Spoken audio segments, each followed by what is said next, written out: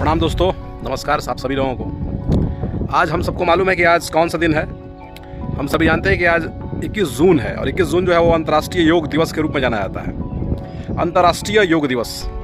राष्ट्रीय का मतलब क्या होता है?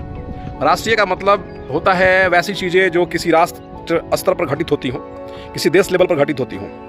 मगर हम अंतर्राष्ट्रीय की बात करते हैं तो हम ये जानते हैं कि अंतर्राष्ट्रीय का मतलब होता है कि विभिन्न राष्ट्रों के बीच या विभिन्न राष्ट्रों के स्तर पर जो बातें घटित होती है, इसको हम दूसरे शब्दों में और मोटे शब्दों में कह सकते हैं कि विश्व स्तर पर जो बातें घटित होती है उसको अंतर्राष्ट्रीय कहते हैं। तो हमें यह सोचना है कि 21 जून जो है वो अंतर्राष्ट्रीय योग दिवस के रूप में मनाया जाता है।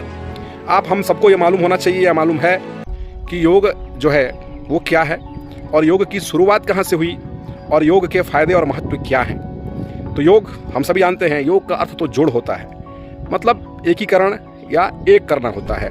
इसमें मूल अर्थ अगर देखते हैं इसका तो आध्यात्मिक दृष्टिकोण से इसका जो अर्थ है वह यह होता है कि जो मनुष्य का भौतिक शरीर है उसका परमात्मा के साथ समागम, परमात्मा के साथ मिलना, इसका योग है। ठीक है, मगर इसकी प्रक्रियाएं हैं, इसके तरीके हैं, इसके नियम हैं, इसके तकनीक हैं और इन तमाम चीज़ों के आधार पर ही योग की ये प्रक्रिया पूरी होती है। जिसमें हम ये देखते हैं कि योग में लोग सांस लेते हैं, अलग अलग से आसन करते हैं। इन तमाम आसनों से और तमाम ये क्रियाविधियों से व्यक्ति शारीरिक रूप से, मानसिक रूप से और आध्यात्मिक रूप से कहीं ना कहीं मजबूत होता है, संतुलित होता है और उसका एक समग्रता से विकास होता है। ये तो योग की महत्व की बात हो गई। अब अगले चरण में हम ये बात कर रहे हैं कि अगर योग जो है उसको हम लोग अंतर्राष्ट्रीय स्तर पर माना गया है। सोचिए आपकी वैसा दर्शन जो कि भारत का मूल दर्शन है। हम ये जानते हैं कि हमारे आदि योगी जो हैं वो भगवान शंकर को कहा गया है। उनसे बड़ा महायोगी कोई हुआ नहीं और उनके पश्चात भी हमारे देश में कई ऋषि मुनि ऐसे हुए जिन्होंने योग किया, योग का प्रचार प्रसार किया। मगर आधुनिक तौर पर अगर हम देखते हैं तो योग की जो शुरुआत होती है उसको एक व्यवस्थित ढंग से स्थापित करने का काम अगर किसी ने किया है तो महर्षि पतंजलि का नाम आता है।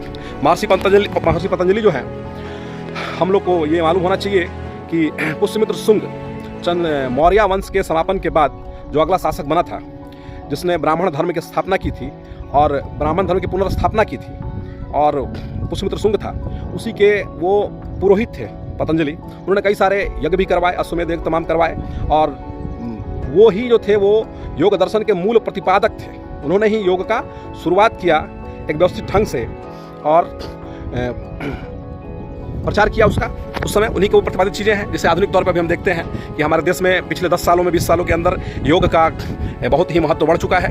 हर व्यक्ति जान रहा है कि भाई योग क्या है, क्योंकि लोग बीमारियों से जूझ रहे हैं, इसलिए योग के बारे में लोग जान रहे हैं। एक व्यक्ति मुझे मिला तो किसी ने कहा कि भाई रामदेव बाबा खूब योग करवा रहे हैं। तो उन्होंने कहा कि रामदेव हमारे गुरु ना हमें, कहा है बोले कि हम रोगी ना है, ऐसे हमारे गुरु ना हमें। तो कहने का मतलब है कि योग जो है वो लोगों को निरोग रखता है। ये था। दूसरी बात यह है कि अब सोचिए कि हमारा जो मूल चिंतन, मूल दर्शन और ऐसा सिद्धांत और विचार है जिसको कि अंतर्राष्ट्रीय स्तर पर ख्याति प्राप्त हो गई। लोग कहते हैं भारत विश्वगुरु था ही नहीं या विश्वगुरु बन ही नहीं पाएगा, मगर मैं ये कह देना चाहता हूँ कि हम सभी जानते हैं कि जो ये योग है इसको प्रस्तावित किया गया था 27 सितंबर 2014 संयुक्त राष्ट्र संघ में। संयुक्त राष्ट्र संघ का नाम आप सभी जानते हैं भली भांति।